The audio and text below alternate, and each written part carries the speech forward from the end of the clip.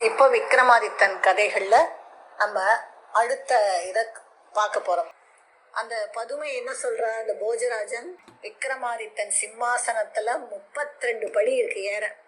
ஒவ்வொரு படிக்கும் ஒரு ஒரு பக்கத்துல ஒரு பதுமைன்னு 2 பதுமை, மொத்தம் 64 பதுமை. பதுமைனா ஒரு பொம்மை, பெண் பொம்மை. அப்ப இந்த ராஜா முதல் படியில இறக்க காலை வைக்கவே இல்லைக்கிறான். அப்ப அந்த பொம்மை சிரிச்சுட்டு கதையை சொல்ல ஆரம்பிக்கிறது. என்ன, எங்க ராஜா மாதிரி அவ்வளோ ஒரு தர்ம சிந்தனையும் வீரமும் இருக்கிறவன் தான் இதுல ஏற முடியுங்க. இவன் கேட்கறான், எனக்கும் ரொம்ப ஆசையா இருக்கு, அப்படிப்பட்ட ஒரு பராக்கிரமசாலியோட கதையை கேட்கங்கிறான்.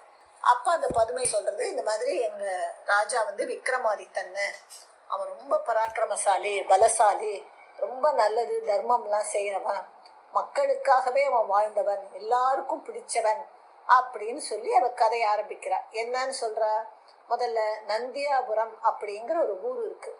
அந்த ஊர்ல சந்திரவர்மன் ஒரு பிராமணன் இருக்கான். அவன் நிறைய கலைகள், சாஸ்திரங்கள், வேதங்கள் மாதிரி நிறைய படிச்சிருக்கான்.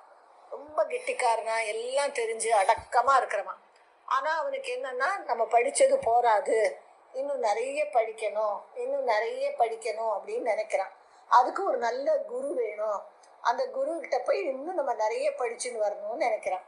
அதனால அவன் கிளம்பி போறான், அவன் ஊரை விட்டு, நந்தியாபுரத்தை விட்டு நல்ல குரு கிளம்பி போயின்னு இருக்கான். அப்ப கொஞ்சம் தூரம், நிறைய தூரம் அப்பெல்லாம் நடந்துதானே போனோம். நடந்து போனோம்னா ரொம்ப அவனுக்கு களைப்பா இருக்கு.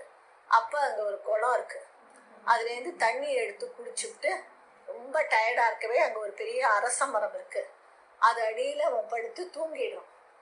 அந்த அரச மரத்துல ஒரு பிரம்ம ராட்சச ரிஷி இருக்கா. அந்த ரிஷி அந்த மரத்துல இருந்துட்டே தவம் பண்ணிட்டு இருக்கிறவர்.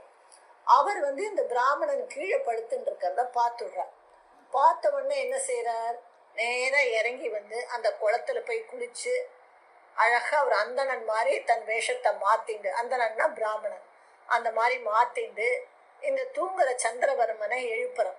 எழுப்பி, நீ யாரு, என்னப்பா, எதுக்கு இந்த இடத்துக்கு இப்படி இங்க தூங்கிட்டு இருக்க, இங்க ரொம்பவும் சிங்கம், புலி, கரடி எல்லாம் உண்டு, பயங்கரமான காடு, இது நிறைய திருடர்களும் உண்டு, ஏன் இங்க வந்த அப்படின்னு கேட்கிறார். அதுக்கு இவன் சொல்றான், ஐயா, என் ஊர் நந்தியாபுரம், நான் ஒரு பிராமணன், சந்திரவர்மன்னு பேரு, நான் நிறைய வேதங்கள் கலைகள்லாம் படிச்சிருந்தாலும் எனக்கு இன்னும் திருப்தி இல்லை, நான் படிச்சது போராது, இன்னும் நிறைய கத்துக்கணும் அப்படின்னு நினைச்சு அதுக்கு ஒரு நல்ல குருவை தேடின்னு வரேன். உங்களை பார்த்தா ஒரு நல்ல குருவா தெரியறது, எனக்கு கொஞ்சம் சொல்லி கொடுக்குறேளா அப்படின்னு கேட்க. அதுக்கு இந்த பிரம்மராட்சசரும் என்ன சொல்றாரு, எனக்கும் உன்னை ரொம்ப பிடிச்சிருக்கு, உன்னை நான் சீடனா ஏத்துக்கிறேன், ஆனா நான் என்ன சொல்றேனோ அதை நீ தப்பாம கேட்கணும், அப்பதான் உனக்கு நான் கத்துண்ட வித்தைகள் எல்லாத்தையும் கத்து தருவேங்கிறான். இவனும் சரிங்கிறான். அதுக்கு அவர் என்ன சொல்றாரு, முதல்ல 6 மாசம் நீ சாப்பிடாம தூங்காம, நான் இந்த மரத்து மேல தவம் பண்ணிட்டு இருக்கிறதே எனக்கு தெரிஞ்ச வித்தையெல்லாம் அந்த அரச இலையில எழுதி எழுதி கீழே போடுவேன், நீ கீழே உட்காந்து இந்த இலையெல்லாம் எடுத்து ஒவ்வொன்றையும் நான் என்ன எழுதியிருக்கேன்னு படிச்சு எல்லா வித்தைகளையும் தெரிஞ்சுக்கணும், இதுக்கு சம்மதமா அப்படின்னு கேட்கிறான். உடனே இந்த சந்திரவர்மன் என்ன சொல்றான், சரின்றான், எனக்கு எப்படியுமே நிறைய கத்துக்கணும்னு ஆசை, நீங்க என்ன கண்டிஷன் சொன்னாலும் சரின்றான். உடனே அந்த பிரம்மராட்சசர், இவனுக்கு 6 மாசம் யாருக்காவது சாப்பிடாம தூங்காம இருக்க முடியுமா, ஆனா இந்த சந்திரவர்மன் எல்லாம் கத்துக்கணுங்கிற ஆசையில சரின்றான். அந்த பிரம்மராட்சசர் என்ன பண்றாரு, இதெல்லாம் கஷ்டம், 6 மாசம் சாப்பிடாம தூங்காமன்னு சொல்லிட்டு அவனை உட்கார சொல்லிட்டு ஒரு மந்திரம் சொல்றாரு. அந்த மந்திரத்தை சொன்னா 6 மாசத்துக்கு பசி தூக்கமே இருக்காது அப்படின்னு சொல்லிட்டு மரத்து மேல ஏறி போய் தெரிஞ்ச வித்தையெல்லாம் அந்த அரசியலில் எழுதி எழுதி போடுறாரு. 6 மாசம் இந்த மாதிரி இவன் எல்லாம் படிச்சுடுறான். படிச்சுன்னு சந்தோஷம் ஆயிடுறது. அப்ப என்ன ஆகுது, அங்க திடீர்னு வானத்திலேருந்து அப்படியே ஒரு சின்ன ஏரோப்ளைன் மாதிரி அப்படி குட்டியா புஷ்பக விமானம் நின்ன உடனே அதுல இந்த பிரம்மராட்சசரிசி ஏறின்றார். அப்ப அழகாவும் ஆயிடுறார்.